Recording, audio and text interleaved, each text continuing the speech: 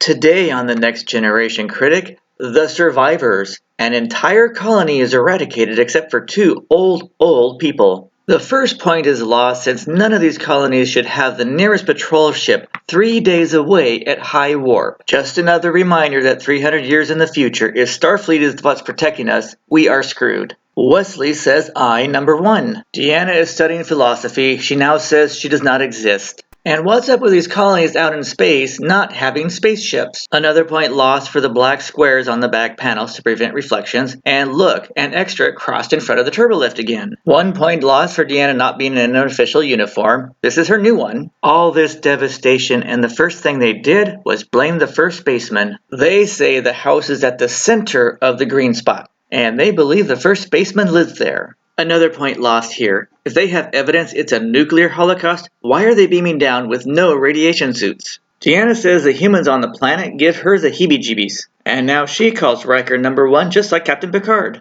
Look closely. 1 point is lost for the first and second officer leaving the ship together. Shout out to the map painting. 1 point is lost since the house is not at the center like they just said, and 1 point lost since they don't rematerialize in the same positions. Riker says, "Geordi, what do you see?" And Geordi says, "It's a house." It's always good for a scanner to tell you what weapons are around. Commander, wait! Star Trek copies Return of the Jedi.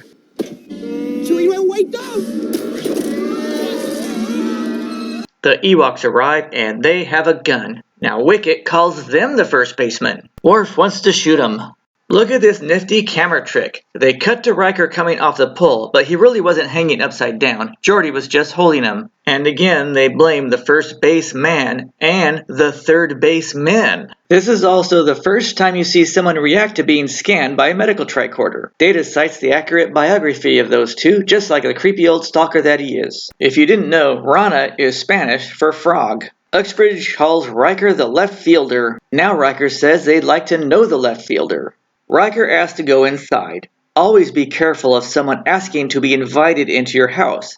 This happened on the Lost Boys, and disaster struck after. You gotta admit, they have an awesome house, and I'd love to have that ship sculpture in the back. Rishon is determined to make everybody tea. This is probably the biggest compliment Worf has given to anyone in his Starfleet career. Be careful when you see a music box in a TV show. This also happened in an episode involving a vampire. Dr. Crusher refers to the Uxbridges as they, them. See, she refers to Uxbridge as they, them quite a bit. She's onto they, them. 1 point is lost since they don't spend nearly enough time investigating. They should have at least stayed for tea. Minus 1 point for Riker assuming they were just going to pack up and leave. Both of them are going through some serious trauma right now. Now Riker does the unthinkable and calls them Shirley. Kevin says no one is making us leave and don't call us Shirley. Riker gives them his communicator in case they want to call for help. Aww. Some time has passed. Riker has a new comm badge, but why is he staring at Deanna like a creepy old man? Picard maneuver number 1. They suspect the couple has ties with whoever destroyed the planet. 1 point is lost for not considering the Borg, who have done this before. Love, fear, and hope. I couldn't come up with anything to say about that. However, Deanna is having a bad hair day and goes back to her quarters. Worf says he can't find any ships in the area. Picard remembers an old tactic, but Worf is proud of his skills and kinda pissed that Picard questioned him. So either it's the music box that's driving her crazy, or that cheap plastic pillow. What kind of a pillow is that? Captain Picard comes in to check up on her. Well, that's what she said. And 1 point is lost here. They're very slow to connect the dots with the music in her head and the couple surviving on the surface. Picard doesn't know what the song is either. Then he recommends taking sleeping pills. He's not a doctor. Here come the bad guys, and that's what she said again. The Lagrange point is not technobabble. Those are real places in space where your scanners could miss. There are 5 around Earth. Of course, that's not what really happened, and it makes Worf look like he missed it. Worf says I, number 2.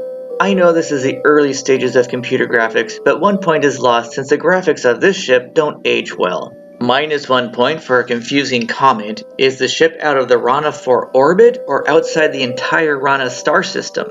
Wesley says I, number 3. Minus 1 point here. Ships can't chase each other at warp speed. They are in warp bubbles traveling hundreds of times the speed of light. Just a fraction of a degree in direction or warp speed and they're thousands of miles away from each other. Picard's like, hey, we're being lured away from the planet. Wesley didn't even figure it out. Look closely in Star Trek. The planets don't rotate, they just slide sideways. One scene is skipped here of Riker clucking like a mother hen about Captain Picard going down to the surface. Now it's tea time, round 2. Picard accepts this time. He has better social skills than Riker for sure. Back on the ship, Deanna is freaking out with Dr. Crusher at her side. Again, this reminds me of a scene from Dark Shadows. Down on the surface, Rishon finally got to serve tea, although I don't think Worf liked it very much. Now you learn Klingons drink tea with their pinky out. This is odd. Picard says, why did you leave the Earth, not why did you leave Earth? Kevin wants to know, when are you leaving? He's so polite. Worf says he doesn't know, but then Picard says, Worf, that was my line. Picard tries to figure out Kevin's secret. 1 point is lost for a single set of doors on the turbolift. Riker says the ship looks meaner this time. This is Picard maneuver 2 and 3. Worf says I number 3. Wesley says I number 4. Not only is this poor computer graphics, but the stuntman overacted so much even Picard noticed.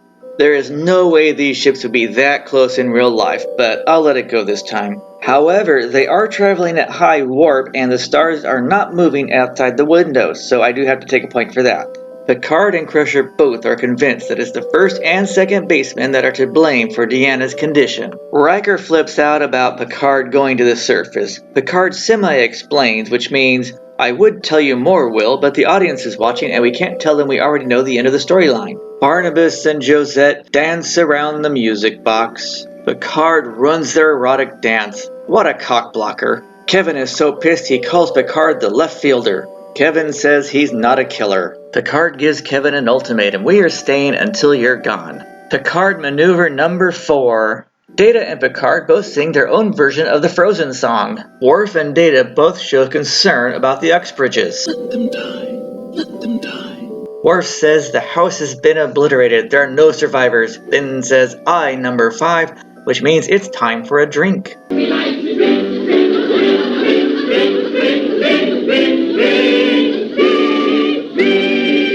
Wesley says I number 6. The next point is lost for a visible boom mic in the reflection. Even after all those black squares, they still show up. Riker is right on the heels of Picard like the little ass kisser that he is. Picard maneuvers numbers 4 and 5. Time for another drink.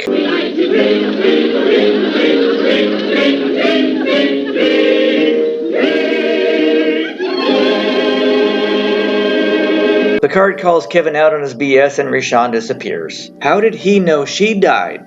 Both of them could be supernatural as far as we know. Worf's like, damn, a dead person made me tea. No wonder it sucked.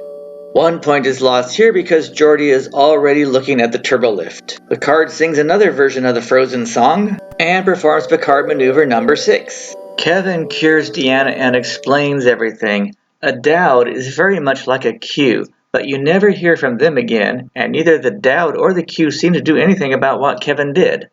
And shout out to John Anderson, whose wife of 40 years just died right before he played this part, so that must have really hurt.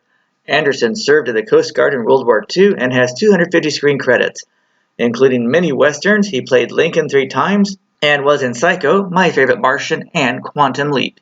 Anne Haney has 120 screen credits, including the 1998 Psycho, Quantum Leap, Mrs. Doubtfire, and we will see her again on Deep Space Nine. This is not true at all. They do have laws to fit this crime, but Picard has no idea how to enforce it. He's going to have a lot of explaining to the Starfleet later, that's for sure. So Kevin goes back to the planet while Beverly contemplates whether she deserved to get fired. So did Kevin bring Rishon back to life, or is this just an image of her? We will never know. The ship flies off with the entire cast on the bridge, but seriously, they are all contemplating how the heck are we going to explain this one to Starfleet. The survivors, where the only thing we learn about the Hushnok is that they're all dead, gets a score of 82. Yes! Thanks for viewing. Be sure to leave comments below, click that like button, the share button, that subscribe button, and I'll see you again soon.